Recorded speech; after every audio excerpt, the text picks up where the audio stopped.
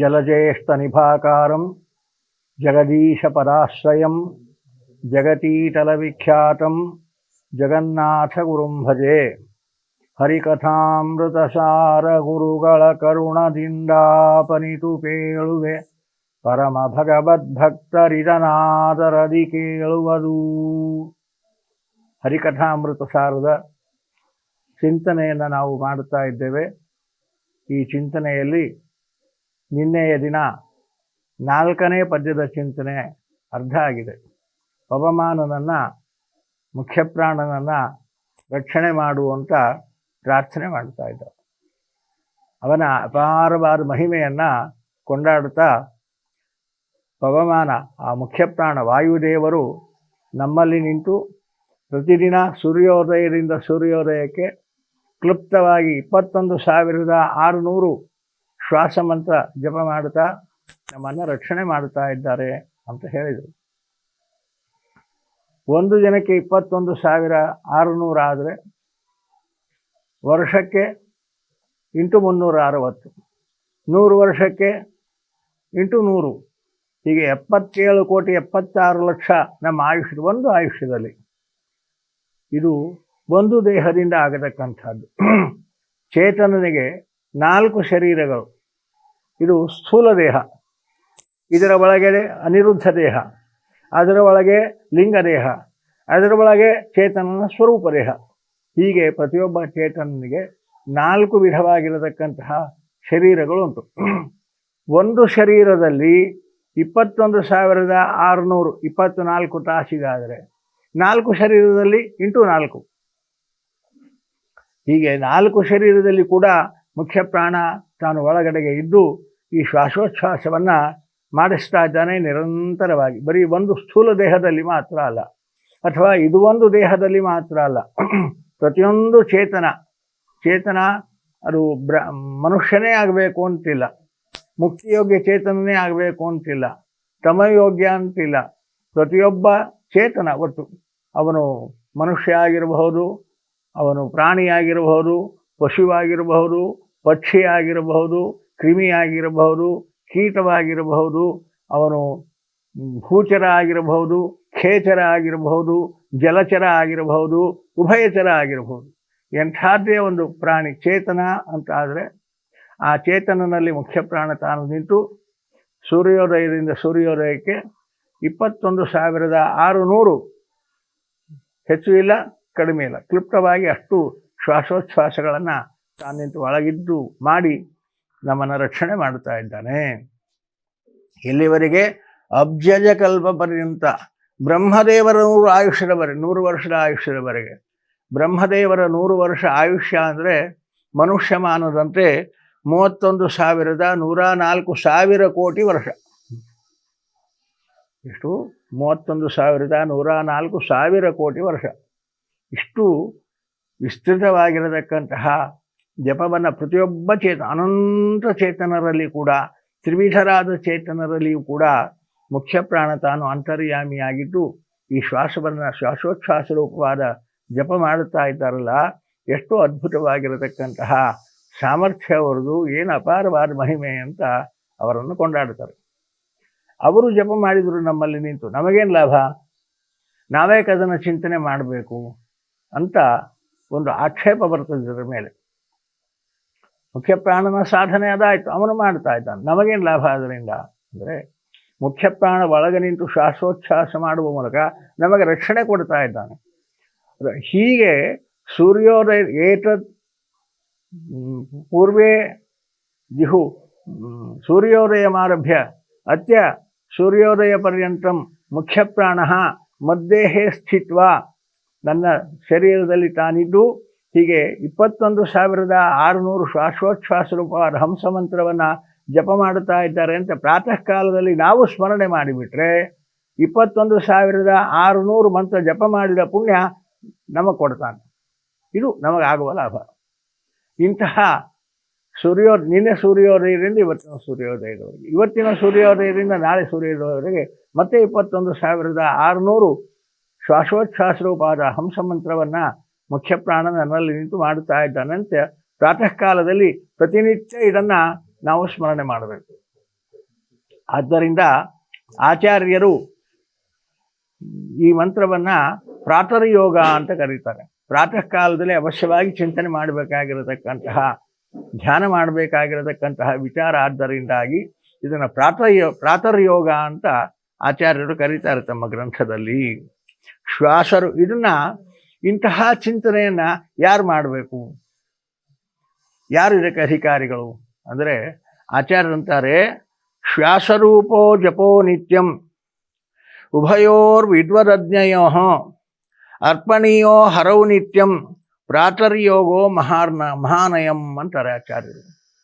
ಇಂತಹ ಶ್ವಾಸೋಚ್ಛ್ವಾಸ ರೂಪವಾದ ಜಪವನ್ನು ಹಂಸಮಂತ್ರ, ಇದು ಹಂಸಮಂತ್ರವನ್ನು ಮುಖ್ಯ ಪ್ರಾಣ ನನ್ನಲ್ಲಿ ನಿಂತು ಮಾಡುತ್ತಾ ಇದ್ದಾನೆ ಅನ್ನುವ ಚಿಂತನೆಯನ್ನು ಉಭಯೋ, ಎರಡು ಥರದ ಜನರು ಮಾಡಬಹುದು. ಅವನು ವಿದ್ವಾಂಸನೇ ಆಗಬೇಕು ಅಂತಿಲ್ಲ, ದಡ್ಡ ಅಜ್ಞಾನಿ ಇರಬಹುದು, ಏನು ಅಧ್ಯಯನ ಮಾಡದೇ ಇರಬಹುದು. ಆದರೆ ಮುಖ್ಯ ಪ್ರಾಣನಲ್ಲಿ ನಿಂತು ಈ ಶ್ವಾಸೋಚ್ಛ್ವಾಸ ರೂಪವಾದ ಜಪವನ್ನು 21,600 ಮಾಡುತ್ತಾ ಇದ್ದಾರೆ ಅಂತ ಪ್ರಾತಃ ಕಾಲದಲ್ಲಿ ಸ್ಮರಣೆ ಮಾಡಿದರೆ ಅವನಿಗೆ 21,600 ಹಂಸಮಂತ್ರ ಜಪ ಮಾಡಿದ ಪುಣ್ಯವನ್ನು ಭಗವಂತ ಅವರಿಗೆ ಕೊಡ್ತಾನೆ. ಇಷ್ಟು ದೊಡ್ಡ ಪುಣ್ಯವನ್ನು ಮುಖ್ಯ ಪ್ರಾಣ ತಾನು ಮಾಡಿ ಅವನು ಮಾಡ್ತಾನೆ ಅಂತ ನಾವು ಸ್ಮರಣೆ ಮಾಡಿದರೆ ಸಾಕು, ನಮಗೆ ಆ ಪುಣ್ಯ ಕೊಡ್ತಾನೆ. ಇದು ಅವನ ಅಪಾರವಾಗಿರತಕ್ಕಂತಹ ಕಾರುಣ್ಯ. ಇದನ್ನು ಅವರೇ ಮಾಡಬೇಕು, ಇವರೇ ಮಾಡಬೇಕು, ಅವರು ಮಾಡಬಾರ್ದು, ಏನು ಸಂಬಂಧ ಇಲ್ಲ. ಯಾರು ಉಸಿರಾಡ್ತಾರೋ ಅವರೆಲ್ಲ ಇದನ್ನು ಚಿಂತನೆ ಮಾಡ್ಬೋದು. ಪ್ರತಿಯೊಬ್ಬರು ಉಸಿರಾಡುವ ಪ್ರತಿಯೊಬ್ಬ ವ್ಯಕ್ತಿಯೂ ಕೂಡ ಮುಖ್ಯ ಪ್ರಾಣನ ಈ ಉಪಕಾರವನ್ನು ಅವಶ್ಯವಾಗಿ ಸ್ಮರಣೆ ಮಾಡಬೇಕು.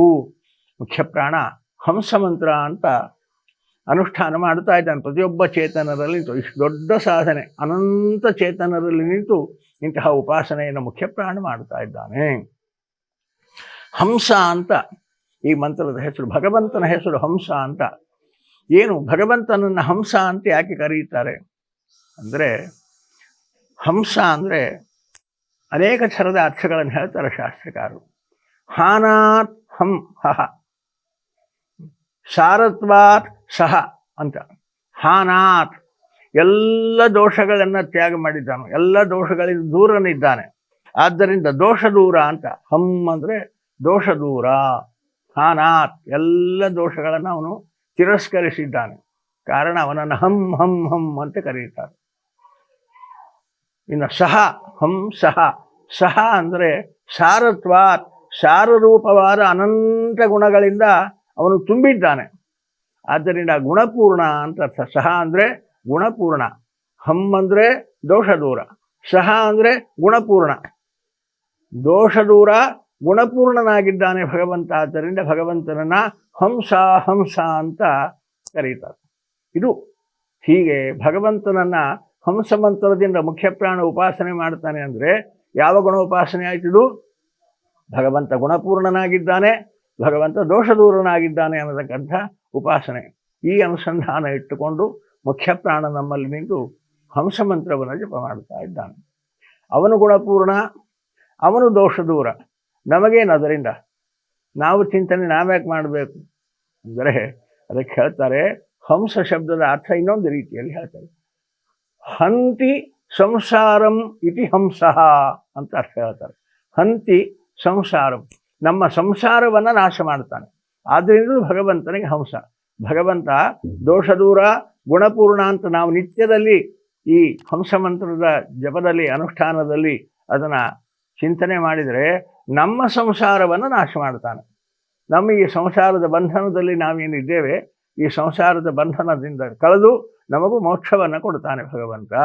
ಕಾರಣ ಅವಶ್ಯವಾಗಿ ನಿತ್ಯದಲ್ಲಿ ಮಾಡಬೇಕಾಗಿರತಕ್ಕಂತಹ ಅನುಸಂಧಾನ ಇದು, ಪ್ರತಿನಿತ್ಯದಲ್ಲಿ ಚಿಂತನೆ ಮಾಡಬೇಕಾಗಿರತಕ್ಕಂತಹ ಜಪ ಇದು. ಜಪ ಮಾಡುವ ಅಧಿಕಾರ ನಮಗಿಲ್ಲ, ಜಪ ಮಾಡುವ ಮುಖ್ಯ ಪ್ರಾಣ.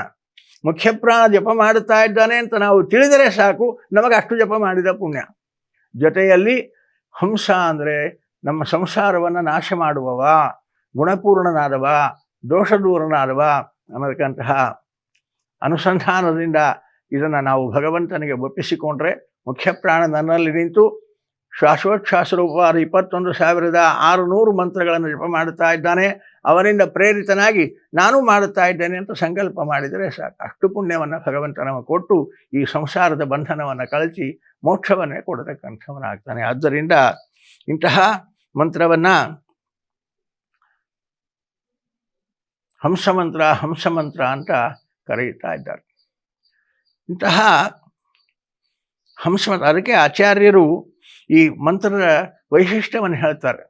ಅವಶ್ಯವಾಗಿ ಇದನ್ನು ಪ್ರತಿಯೊಬ್ಬರು ಮಾಡಬೇಕು ಅನ್ನುವಲ್ಲಿ ಅದರ ಫಲಗಳು ಅಪಾರವಾದ ಫಲವನ್ನು ಹೇಳ್ತಾರೆ.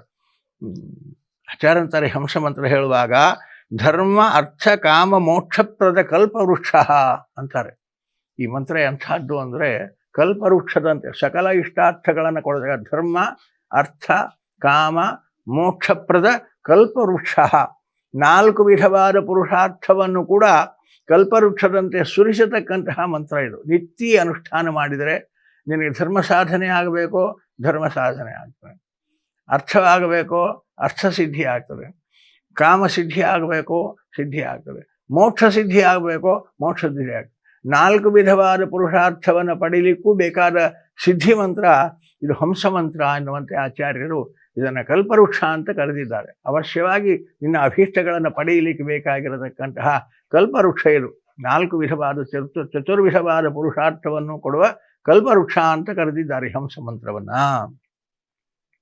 ನಂತರದಲ್ಲಿ ಬರೀ ಪುರುಷಾರ್ಥ ಪಡೆಯೋದಲ್ಲ, ಮತ್ತಂತರವರು ಹೇಳ್ತಾ ವಿಷ್ಣು ಪ್ರೀತಿಕರ, ಮುಖ್ಯ ಪ್ರಾಣ ನನ್ನಲ್ಲಿ ನಿಂತು ಈ ರೀತಿ ಜಪ ಮಾಡುತ್ತಾ ಇದ್ದಾನೆ ಅಂತ ಅನುಸಂಧಾನ ಮಾಡಿದರೆ ಭಗವಂತ ಪ್ರೀತನಾಗ್ತಾನೆ. ಮುಖ್ಯ ಪ್ರಾಣ ಜಪ ಮಾಡುತ್ತಾ ಇದ್ದಾನೆ, ಕಾರಣ ಆ ಪುಣ್ಯ ನಿನಗೆ ಕೊಟ್ಟು ಅಪಾರವಾದ ಪ್ರೀತಿ ಭಗವಂತ ಕೊಡ್ತಾನೆ. ಭಗವಂತನಿಗೆ ಪ್ರಿಯವಾಗ್ತದೆ. ಮುಖ್ಯ ಪ್ರಾಣನ ವ್ಯಾಪಾರವನ್ನು ಅನುಸಂಧಾನ ಮಾಡುತ್ತಾ ಇದ್ದಾನೆ ಅಂತ ಭಗವಂತ ಪ್ರೀತನಾಗ್ತಾನೆ. ವಿಷ್ಣು ಪ್ರೀತಿಕರ, ಈ ಮಂತ್ರ ವಿಷ್ಣು ಪ್ರೀತಿಕರವಾಗಿರತಕ್ಕಂಥದ್ದು. ಮತ್ತು ಈ ಅನುಸಂಧಾನವನ್ನು ಮಾಡುವುದರಿಂದ ತತ್ವಜ್ಞಾನಪ್ರದ, ಈ ಮಂತ್ರವನ್ನು ಈ ರೀತಿ ಅನುಷ್ಠಾನ ಮಾಡೋದರಿಂದ ತತ್ವಜ್ಞಾನ ಬರ್ತದೆ. ಭಗವಂತನ ವಿಷಯಕವಾದ ಯಥಾರ್ಥ ಜ್ಞಾನ, ಅವನ ದೋಷ ದೂರ, ಅವನ ಗುಣಪೂರ್ಣ ಅನ್ನತಕ್ಕಂತಹ ಯಥಾರ್ಥ ಜ್ಞಾನದಲ್ಲಿ ದಾರ್ಢ್ಯ ಹುಟ್ಟಿ ಭಗವಂತನ ಅಪಾರವಾದ ಪ್ರೀತಿಯಾಗಿ ಮೋಕ್ಷಕ್ಕೆ ಸಾಧನವಾಗತಕ್ಕಂಥದ್ದಾಗ್ತದೆ.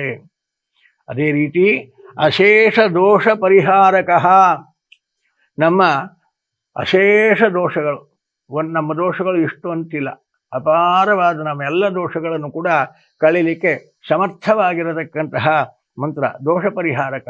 ಭಗವಂತ ದೋಷ ದೂರ ಅಂತ ಚಿಂತನೆ ಮಾಡಿದರೆ ನಮ್ಮ ದೋಷಗಳನ್ನು ಅವನು ಕಳೀತಾನೆ. ಇಂತಹ ದೋಷ ಪರಿಹಾರಕ, ಜೊತೆಯಲ್ಲಿ ಅಷ್ಟೈಶ್ವರ್ಯಪ್ರದ, ಅಷ್ಟೈಶ್ವರ್ಯವನ್ನು ತಂದುಕೊಡತಕ್ಕಂತಹ ಮಂತ್ರ ಇದು. ಇಂತಹ ಹಂಸಮಂತ್ರವನ್ನು ನಿತ್ಯ ಜಪ ಮಾಡಬೇಕು ಅಂತ ಹೇಳ್ತಾರೆ ಆಚಾರ್ಯ. ಇಂತಹ ಜಪವನ್ನು ಮುಖ್ಯ ಪ್ರಾಣ ನಮ್ಮಲ್ಲಿ ನಿಂತು 21,600 ಪಿಪ್ರಿಯಂತೆ ಈ ಜಪವನ್ನು ಮಾಡುತ್ತಾ ಇದ್ದಾನೆ, ಈ ರೀತಿ ನಮಗೆ ಉಪಕಾರ ಮಾಡುತ್ತಾ ಇದ್ದಾನೆ ಅಂತ ಚಿಂತನೆಯನ್ನು ಅವಶ್ಯ ಮಾಡಬೇಕಾಗಿರತಕ್ಕಂತಹ ಉಪಾಸನೆ. ಆದ್ದರಿಂದ ಇಂತಹ ರೀತಿಯಲ್ಲಿ ಮುಖ್ಯ ಪ್ರಾಣನನ್ನು ಜಗನ್ನಾಥದಾಸರು ಈ ಪದ್ಯದಲ್ಲಿ ಸ್ತೋತ್ರ ಮಾಡುತ್ತಾ ಇದ್ದಾರೆ.